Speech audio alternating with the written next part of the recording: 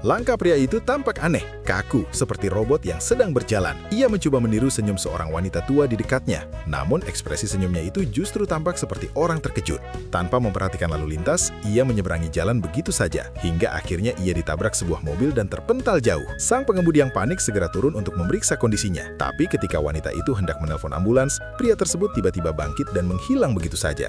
Dengan langkah terseok-seok, ia muncul kembali di sebuah tempat kosong, berdiri tegak dengan kaki menekuk aneh. Tiba-tiba, sebuah pintu kecil terbuka dari telinganya. Dari dalam, keluar sosok-sosok mungil yang menurunkan tali. Salah satunya turun hingga mencapai pergelangan kaki pria itu, lalu menekan sebuah tibik hitam yang mirip tahi lalat. Seketika, pintu di sampingnya terbuka, memperlihatkan rangkaian kabel dan sirkuit di dalamnya. Barulah diketahui bahwa pria itu sebenarnya adalah sebuah pesawat ruang angkasa dengan bentuk mirip manusia, yang dioperasikan oleh banyak alien kecil di dalamnya. 3 bulan lalu, mereka mengirim sebuah batu penyerap air ke bumi karena tanaman di planet mereka sedang kekurangan air. Sayangnya, batu itu keluar dari orbit dan jatuh ke dalam sebuah akuarium milik seorang anak. Karena itulah, mereka turun ke bumi untuk mengambil batu itu kembali. Pada saat yang sama, seorang anak kecil pemilik akuarium melihat pria itu dari balik jendela rumah. Kebetulan, ibu anak itu adalah wanita yang tadi menabraknya. Ia terkejut melihat pria tersebut masih hidup dan turun mendekatinya untuk meminta maaf. Namun, sesampainya di depan pria itu, ia kebingungan karena tubuh pria itu tampak normal, seakan tidak pernah terjadi apa-apa. Ia pun mengajaknya masuk ke dalam rumah dan memberinya segelas air, sehingga ketika ia meminumnya, di dalam pesawat itu menjadi banjir oleh genangan air.